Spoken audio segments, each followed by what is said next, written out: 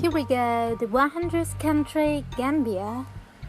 So in 2018, I started a journey in March, but when I first started that trip, I didn't notice I will be going to West Africa. But since my sister came to Europe to join me in August 2018, so I invited her to bring the Lonely Planet guidebook about West Africa for me. That will be my second time to West Africa since I never finished West Africa. And then I wanted to use my guidebook to the best of the use before it's getting too out of date. So that will be my third time to Africa, but first time flying in. I got my Gambia visa in Paris, and then I flew to Banjul, the capital of Gambia, from Paris. When I was departed from Paris, I have no idea where I will be staying in Banjul. But anyway, I just bought on the flight. So in the end of August 2018, I landed in Banjul in the midnight. Since it's very dark outside, I didn't feel like to get out from the airport. I didn't feel safe, and plus I have no idea where to stay. So I decided to stay in the airport waiting the morning to come. The staff in the Gambia Banjul airport was very kind. They allowed me to stay at the airport staff's office.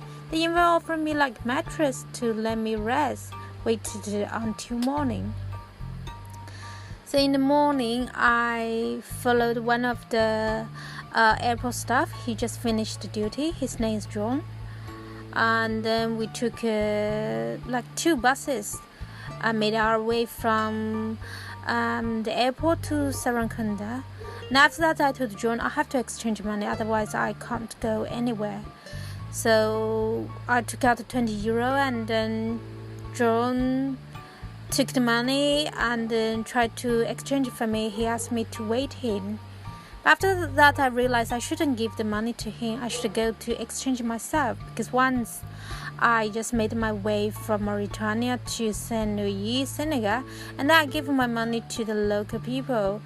But after that, I couldn't get it back because they told me, I used it for you in some way, somehow. So that was one of the concerns after I gave the money to John. Then John came back to me and told me it was too early. The exchange office was not even open. So I just asked him to give the €20 back to me. So out of my expectation, he just gave me exactly the €20 back. So, I was thinking something not nice for him, and I feel a little bit guilty.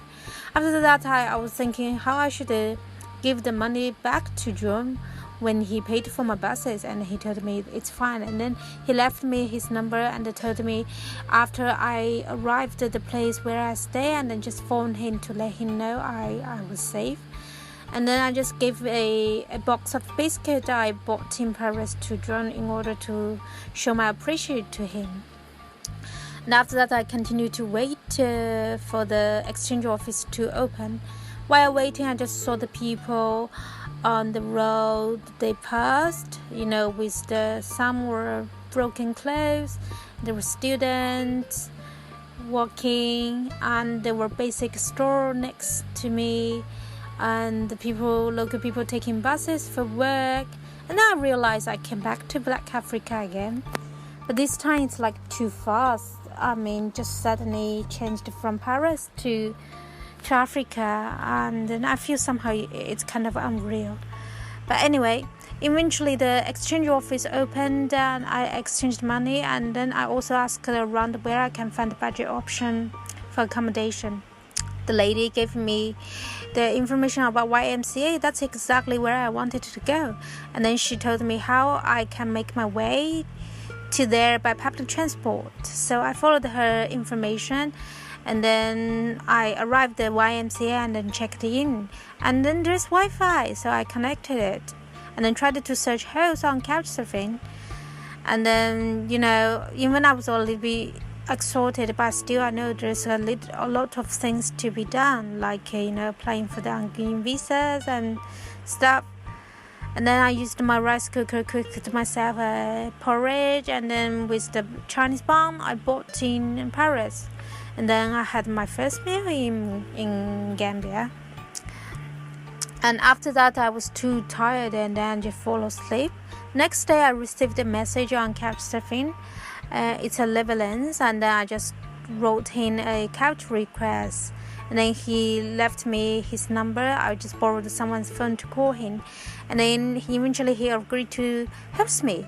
So after staying 2 nights in YMCA, I finally get a host. But after checkout, I was not in a hurry to move to my host place. I went out to sightseeing, because the first day I went to apply my Guinea-Bissau visa, and then I also went to Sierra Leone and the Guinea embassy for visa inquiries. So the second day will be my chill day. So I get to see the local crocodile, monkeys, and visited the local museum and get to see how people make their teeth tattoo. And after that I went to pharmacy, bought an anti-malaria tablet for 3 months. That's how I never get malaria during my trips in Africa. Then I returned back to YMCA, taking my luggage to my host Ali's place. I need to change a few times for public transport in order to make my way to my host place, together with my 2 backpacks, one big and one smaller one. So I was walking, supposed to go to the transport place, and then one local man just asked me if I need any help. So I just said yes. And then he asked me where I'm going. I just told him, first I need to make my way to the post office. And then he pointed out the direction to me. And then I asked, are you not going to help me? And then so he helped me with my smaller backpack. So we were walking and then talking. We met one of his classmates, so we stopped to say hello. And another friend of him just passing by while driving with his nephew. And then he stopped in front of us, so I greeted him and asked him where he going. He told me the traffic light, so I also need to go there to change transport. So I was thinking he would just offer me a lift to take me to the traffic light, but eventually he just dropped me at my host's address. So my host Ali was a Netherlands. His family was the first Netherlands immigrant to Gambia. During my day there, there's 2 other couchsurfers coming. So in the beginning, he offered me the room on the same floor with him, but considering other 2 guests coming, he moved me downstairs. So I just followed his plan. And there were 2 dogs at Ali's place. Every time when they see people, they got crazy. But they don't bite, and I was terrified by them when I first met them.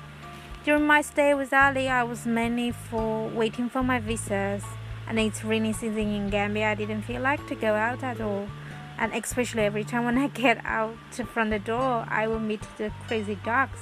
So I try to avoid it. So smoothly, I received my visas for Guinea-Bissau, Sierra Leone, and Guinea. But going to Guinea-Bissau from Gambia, I need to cross Senegal. So one day before, I went to the Senegal embassy, applied a transit visa.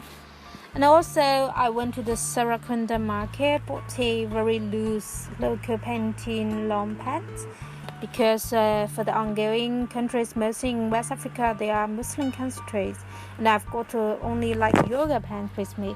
So in order to show my respect to the local culture, I don't want to show my body curve.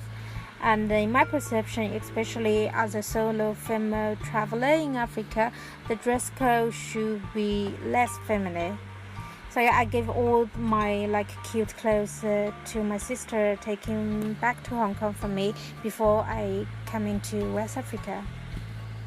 And then Gambia, in my perception, is my second favorite country in Africa, because the people are beautiful here.